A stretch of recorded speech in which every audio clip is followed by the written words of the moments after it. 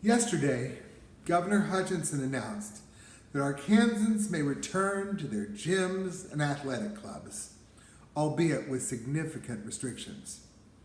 The Democrat Gazette reported the rules were issued as the state's death toll from the virus rose by 2 to 61. And the number of cases in the state's official tally rose by 74 to 3,281.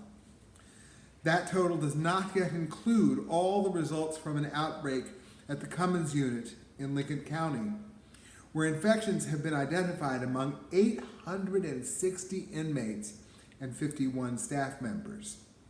13 are hospitalized, 3 on ventilators. At the federal prison in Forest City, the number of inmates who have tested positive increased by 14 to 101.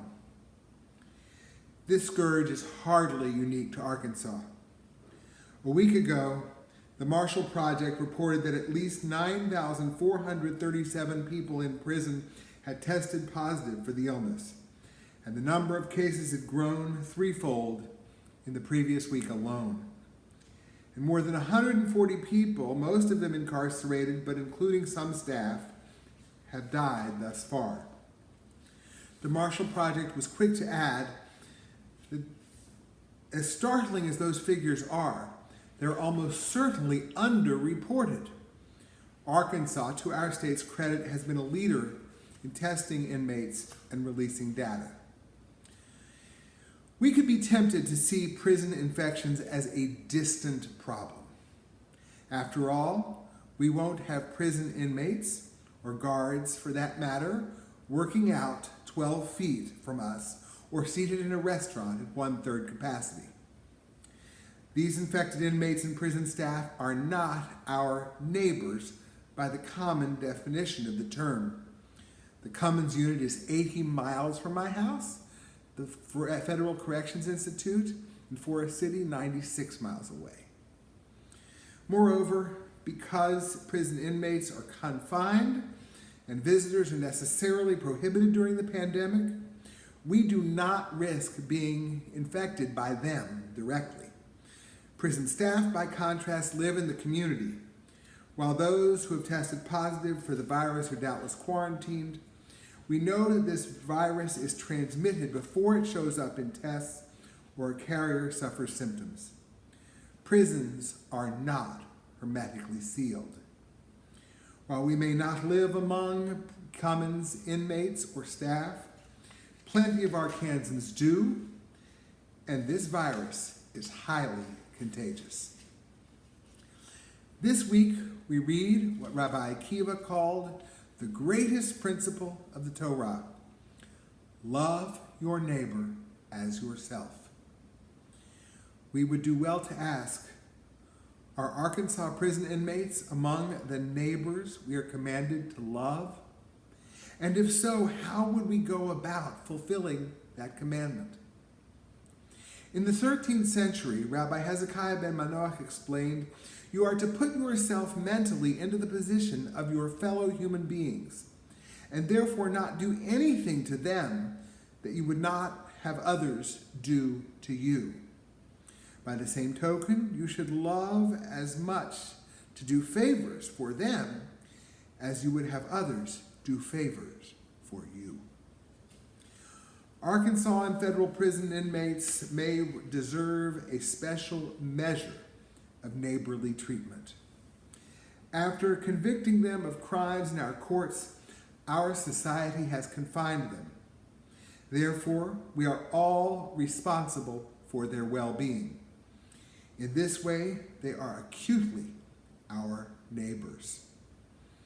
Most of the Torah's teachings about convicted criminals relate to the death penalty.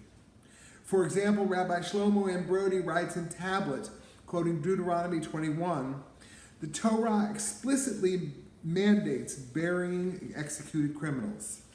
If a man is guilty of a capital offense and is put to death, and you impale him on a stake, you must not let his corpse remain on the stake overnight, but must bury him the same day. Brody explains the rationale for this law as explicated in the Talmud.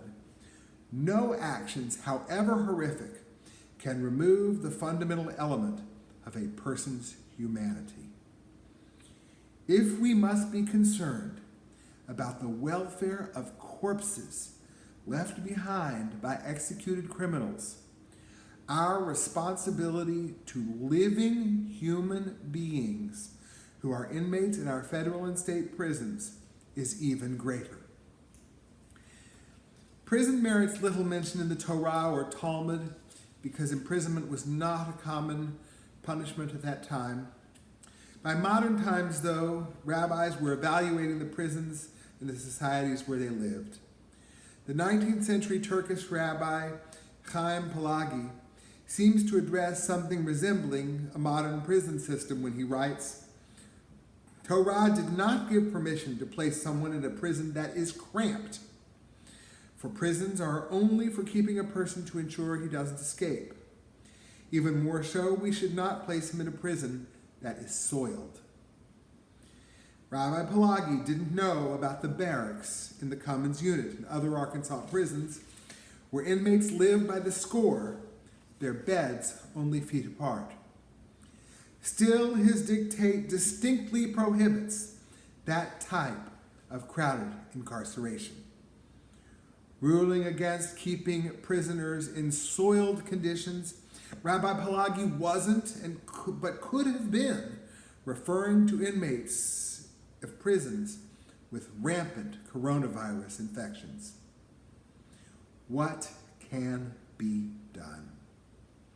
We cannot build new prisons fast enough to relieve overcrowding during the crisis. After emergency powers granted by Governor Hutchinson, the Board of Corrections voted unanimously to certify a list of 1,244 inmates as being eligible for consideration by the parole board. All inmates under consideration have been convicted of crimes that are non-sexual and non-violent. The inmates must still be granted early release by the parole board, and they must have an acceptable parole plan, which means that not every inmate on the list will be released. Even if every single one on the list were released, that would account for less than 7% of the average daily population of 18,091 reported by the Arkansas Department of Corrections for the most recent fiscal year ending June 30th, 2018.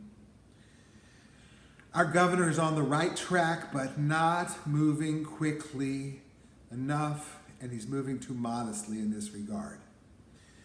Prison Policy Initiative reports that Arkansas has an incarceration rate of 900 per 100,000 people, significantly higher than the U.S. average of 698 per 100,000 people, which is much higher than most of the civilized world.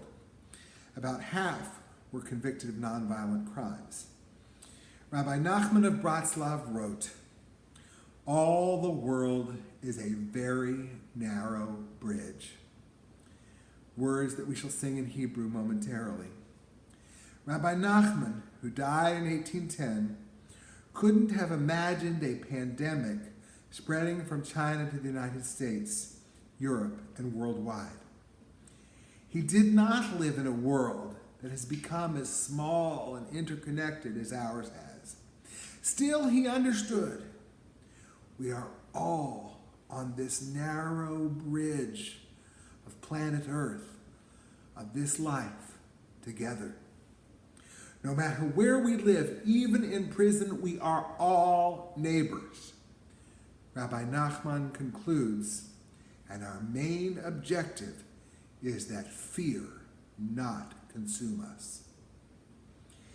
If I had a loved one in prison today, and some of our congregants do, I would be afraid. Still, we must not let that justified fear prevent us from advocacy and action. Imprisoned Arkansans are our neighbors. We are enjoined to love them and to treat them as we would wish to be treated. The time has come to end crowded conditions.